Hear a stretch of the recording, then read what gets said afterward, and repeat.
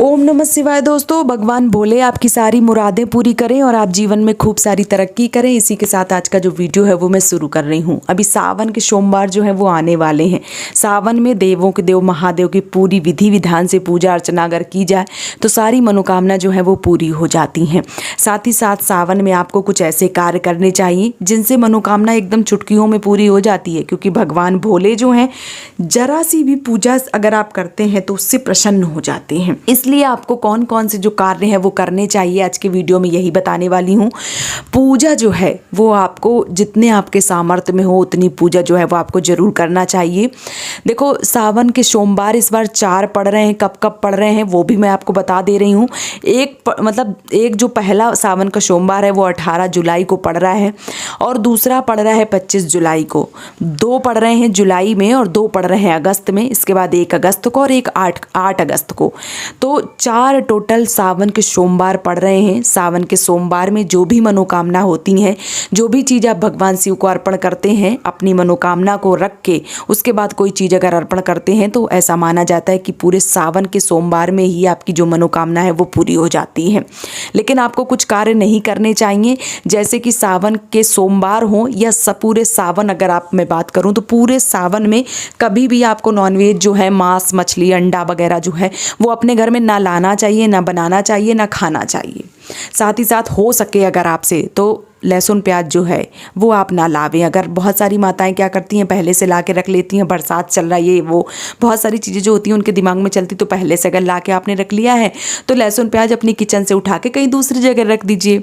और आप सावन भर कम से कम इतना कर ही सकती हैं हमारे भोले भंडारी के लिए और अपने लिए, है ना। तो आपको सावन के सोमवार जो हैं पूरे सावन भर सात्विक भोजन करना चाहिए बिना लहसुन प्याज का, अगर आपसे हो सके तो। वैसे हो तो सकता है, आप कर सकती हैं तो आप सात्विक भोजन कीजिए और नॉन वेज से तो दूरी बना लीजिए बिल्कुल। अगर आपके घर में आता भी है, मतलब लोग खाते भी थे, तो सावन के सोमवार में बिल्कुल माताएं चाहें तो उनको एकदम से बंद करवा सकती हैं कि सावन के सोमवार में कोई लेके भी आ गया तो हम गेट ना खोलेंगे, है ना। इस तरीके से आप उनको बंद करवा सकती हैं। और लहसुन प्याज जो है वो देखो बहुत सारी माताएं नहीं खाती, हमेशा नहीं खाती हैं, और बहुत सारी माताओं के घर में इसके बिना कुछ नहीं होता है ना। तो आप कोशिश करिए कि सावन में जो लहसुन प्याज है वो ना खाएं। क्यों ना खाएं उसके लिए मैंने एक अलग से वीडियो बना रखी है, फिर भी मैं आपको बता दे रही हूँ कि लहसुन प्याज जो है वो ऐसा माना जाता है कि जब समुद्र मंथन हुआ था, जब वो राक्षस मारा गया था, तो जब उसका धड़ अलग हुआ था तो उसकी जो खून की छींटें थी जो जहाँ जहाँ पड़ी थी वहाँ पे लहसुन प्याज की जो उत्पत्ति है वो हुई थी, इसलिए नहीं खाया जाता है। साथ ही साथ जो लोग बालाजी की पूजा करते हैं, हनुमान की पूजा करते हैं, उनको ये बताया गया है कि जो राक्षस का मल होता है, जो राक्षस की गंदगी होती है, उससे लहसुन प्याज की उत्पत्ति हुई है, इसलिए बहुत ज़्यादा बास करती है, बहुत ज़्यादा बदबू करती है और इसलिए हमें लहसुन प्याज जो है वो नहीं खाना चाहिए। लेकिन अगर मैं आपको वैद्य आयुर्वेद तरीके से बताऊं तो लहसुन प्याज जो है उसके बहुत सारे फ़ायदे हैं।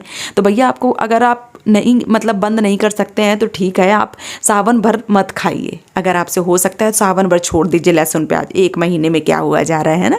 तो सावन भर आपको लहसुन प्याज जो है उससे दूरी बना लेना चाहिए, सात्विक भोजन करना चाहिए, पूरी विधि विधान से पूजा करना चाहिए। बहुत सारी माताएं क्या करती हैं, सुबेरे सुबेरे एक लोटा जल लिया, बस मंदिर के लिए निकल गई, पता चले घर के भगवान जी जो हैं वो बेचारे भूखे बैठे हैं, ना उनका मंदिर साफ हुआ है, ना उनके ऊपर जल अर्पण किया गया, ना उनको भोग प्रसाद लगाया गया, ना एक अगरबत्ती लगी, कुछ ना हुआ। बस उनको मंदिर में लोटा उठाया, पूरी दिन दुनिया देख रही है कि वो मंदिर जा रही हैं, बाहर वाले उनको लग रहा है कि हाँ बाहर वाले देख रहे हैं मंदिर जा रहे हैं, घर के भगवान चाहिए से बैठे रहे। तो इसकी वजह से आपको क्या करना चाहिए कि पहले घर की पूजा करना चाहिए। मान लीजिए आप 6 बजे उठ रही हैं तो आप 5 बजे उठिए, 4 बजे उठिए, पहले पूरी साफ सफाई कीजिए, भगवान जी जो घर में रखे हैं उनकी पूरी नियम से पूजा कीजिए, पूरी विधि विधान से पूजा कीजिए। उसके बाद आपको मंदिर जो है तब मंदिर जाना चाहिए। बहुत सारी माताएं बहनें जो हैं वो घर की पूजा आप सोचेंगे हम बाद में आके कर लेंगे, ऐसा आप ना करें, क्योंकि देखो मैं आपको उसका कारण भी बता दे रही हूँ। मंदिर आप हो सकता है सावन भर जा रही हो सकता है सावन में भी ना जा पाएँ, क्योंकि बहुत सारी माताएं हैं उनके पास ये सुविधाएं नहीं होती हैं, बहुत दूर रह रही होती हैं, तो मंदिर हो सकता है कभी कभार महीने 2-4 महीने में एक ही बार जा पाती हूँ, और हो सकता है सावन भर जा पाती हूँ, है ना। जब घर में कोई भी विपत्ति आती, बच्चे बीमार हों, चाहे पति का नौकरी का ले लीजिए, चाहे अपने घर की कोई समस्या हो गया या किसी से लड़ाई झगड़े जो भी उत्पन्न हो जाते हैं, हम सबसे पहले हाथ जोड़ते हैं घर के भगवान जी से और बोलते हैं, प्रार्थना करते हैं कि हे प्रभु ये आपने क्या कर दिया, है ना। घर के भगवान को हमेशा खुश करके रखिए, बाद में बाहर को मतलब देखो बोलते हैं ना कि अगर आप मानते हो तो घर में भी भगवान है, नहीं मानते तो बोलते हैं कि मानो तो गंगा जल है, ना मानो तो पानी है ना। इसलिए आपको जो घर के भगवान जी हैं पहले उनको ध्यान देना चाहिए। उसके बाद आपको कहीं भी मंदिर जा रहे हैं, कुछ भी कर रहे हैं, वो आपकी अलग की बात हो गई, लेकिन घर के जो भगवान जी हैं उनकी पूरी विधि विधान से पूजा अर्चना करनी चाहिए। तो पहले सावन आ रहा हो चाहे ना आ रहा हो, पहले आपको क्या करना है, घर के भगवान जी, घर में एक छोटे से शिवलिंग जो है वो जरूर रखने चाहिए। मैंने अपने वीडियो में बताया कितने बड़े, वो आप वीडियो देख लीजिए तो आपको समझ में आ जाएगा। घर में भगवान शिवलिंग को जरूर, मतलब जो शिव भगवान है उनको जरूर रखना चाहिए। हो सके तो शिव परिवार भी घर में रखें, इससे अलाए बलाए कष्ट जो हैं, जो भी विपत्ति हैं, मुसीबतें हैं, वो दूर भाग जाती हैं, आपके घर में उत्पन्न ही नहीं होती हैं। इसलिए आपको शिव परिवार, छोटे से शिवलिंग जो है वो अपने घर में जरूर रखने चाहिए और उनकी पूरी विधि विधान से पूजा करना चाहिए। ऐसा नहीं कि आज कर दिया, कल नहीं किया, परसों कर दिया, नरसों नहीं किया, सुबह से खा लिया, ये सब चीज़ें ना करें। थोड़ी घर की जो जिम्मेदारियां हैं उनसे मुंह ना मोड़ें। और घर के भगवान जी हैं, अगर आप उनकी पूरी विधि विधान से पूजा करते हैं, सही में इतनी मन को शांति मिलती है कि आप सोच ही नहीं पाएंगे। करके तो देखिए, होगा आपसे। साथ ही साथ जो भी माताएं बहनें हैं, सूर्य भगवान को जरूर जल देना चाहिए। अब बहुत सारी माताओं के मन में ये भी प्रश्न आएगा कि हमने राम राम नहीं सुनी, हमें गुरु दीक्षा नहीं मिली है, तो हम कैसे जल दे सकते हैं। भैया हम आपसे सीधा सीधा बोलेंगे कि आप उगते हुए सूर्य को, जब भी आप सूर्य भगवान निकल रहे हैं उनसे पहले आप नहा लीजिए, और जब भी सूर्य भगवान निकलना शुरू हुए उस समय आप अगर एक लोटा जल दे देती हैं ना, आपके घर में जो भी परेशानियां, जो भी मुसीबतें हैं, आपके पति के ऊपर जो भी ग्रह नक्षत्र खराब चल रहे हैं, अगर आप एक लोटा जल भगवान सूर्य नारायण को अर्पण करती हैं तो आपकी सारी जो भी आपकी समस्या है वो दूर हो जाती हैं। इसलिए आपको एक लोटा जल जो है वो भगवान सूर्य देव को जरूर अर्पण करना चाहिए। साथ ही साथ आपको क्या करना चाहिए, सावन भर पार्थिव शिवलिंग बना के आपको पूजा करनी चाहिए। आप बना सकते हैं तो शिव परिवार भी बना के पूजा कर सकते हैं। कम से कम ज़्यादा नहीं कर सकते हैं तो 4 सोमवार इस बार पढ़ रहे हैं तो 4 शिवलिंग, पार्थिव शिवलिंग बना के आप पूजा कम से कम जरूर कीजिए। करने के लिए बहुत सारे लोग जो हैं वो 100, 1100, बहुत सारे लोग शिव अभी जैसे सावन भर में बहुत सारे पार्थिव शिवलिंग बना के और पूजा अर्चना जो है वो करते हैं। लेकिन आपसे जितनी श्रद्धा हो उतना काम करो, दुनिया के दिखावे में ना रहो। जितने बना सकते हो, जितनी मन से पूजा कर सकते हो उतना करो। दुनिया को दिखाने की कोई ज़रूरत नहीं है, क्योंकि मन में राम होना चाहिए और जो हम पूरी दिल से कर सकें वो होना चाहिए। पता चले घर में इतना ज़्यादा तमाशा क्रिएट कर दो, आप बहुत सारे लोगों को बुला लो कि हम ये कर रहे हैं, वो कर रहे हैं, पता चले मन में वो आस्था जगी ना रही हो। मन में आस्था है तो थोड़ी सी पूजा करोगे, उसका भी फल जो है वो भगवान तुरंत देंगे आपको। और दुनिया का दिखावा करोगे, पता चले कुछ ना मिले, है ना। इसलिए आपको बहुत ही नियम से पूजा करनी चाहिए। जितनी आपके सामर्थ्य में है, जितना आप कर सकते हैं उतना जरूर कीजिए। साथ ही साथ भगवान भोले को आप धतूरा अर्पण कर रहे हैं, आप जो बेलपत्र है वो अर्पण कर रहे हैं, साथ साथ कच्चा दूध जरूर अर्पण कीजिए। मैंने वीडियो में बताया है अपने कि किस लिए अर्पण किया जाता है, वो आप वीडियो में देख लीजिए। लेकिन हो सके तो आप 4 सोमवार भगवान शिव को जो कच्चा दूध है वो जरूर अर्पण कीजिए। जिसके जितना सामर्थ्य में है, अगर शाम को आता है तो वो उठा के एक जगह पर रख दीजिए, बस उसको कच्चा रहने दीजिए। सुबह आता तो शाम को रख लीजिए, शाम को आता तो सुबह रख लीजिए। अगर आपकी स्थिति ऐसी है कि आप दिन में एक बार दूध लेते हैं, उस समय भगवान शिव को आपको चढ़ाने का टाइम नहीं मिल रहा है, तो आप रख लीजिए। सुबह मान लीजिए अब रात में लेती हैं तो सुबह चढ़ा सकती हैं, श्रद्धा होनी चाहिए बस। आप रात वाला दूध भी सुबह चढ़ा सकती हैं। मन में ये मत लाइए कि बासी हो गया है, बिल्कुल मत लाइए, प्रेम से चढ़ाइए। सब भगवान जो शिव भगवान है वो सब कुछ अपने स्वीकार करते हैं।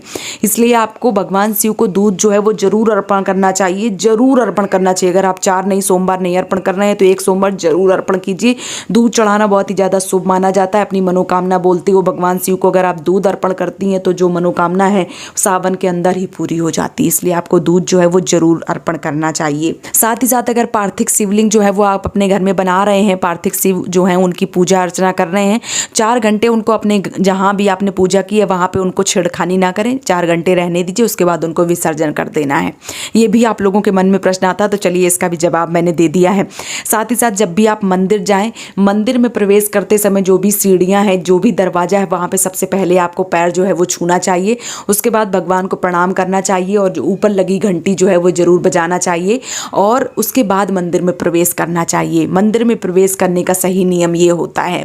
इसलिए आपको सबसे पहले पैर छूना है। मान लीजिए कोई सीढ़ी वगैरह बनी हुई है तो वहाँ पैर छूइए, फिर घंटी बजाइए, भगवान को प्रणाम कीजिए और उसके बाद मंदिर में जाइए। अगर इस तरीके से आप मंदिर में प्रवेश करते हैं ना तो भगवान आपसे बहुत ज़्यादा प्रसन्न हो जाते हैं। तो इस तरीके से आपको मंदिर में प्रवेश करना है, इस तरीके से आपको सारी चीज़ें जो है वो करना चाहिए। साथ ही साथ शिवलिंग, जैसे आप शिव भगवान के मंदिर जाती हैं, जब भी आप दूध अभिषेक करती हैं, पानी से अभिषेक करती हैं, जलाभिषेक जो है वो करती हैं, या कुछ भी धतूरे हो गया, बेलपत्र हो गया, जो भी अर्पण करती हैं, कभी भी नाके ना, क्योंकि ये दोष आपको नहीं लगना है। बहुत सारे लोग बोलते हैं ना कि ग्रह नक्षत्र सही नहीं चल रहे हैं, हमारी राशि में ये दोष हो गया है, वो सब इसी चक्कर में होता है कि आप प्रसाद को नाक जाती हैं। वो प्रसाद आपको नाकना नहीं चाहिए, चाहे बेलपत्र चढ़ी हुई हो, चाहे दूध चढ़ा हुआ, चाहे धतूरा चढ़ा हुआ, कुछ भी चढ़ा हुआ है, लेकिन मंदिर में कभी नाका नूकी नहीं करना चाहिए। भीड़ चाहे कितनी भी बनी हो, कितनी भी भीड़ हो, आप थोड़ी देर हो जाए, लेकिन आपको नाका नूकी जो है वो नहीं करना चाहिए, मतलब नाकना नहीं चाहिए मंदिर में।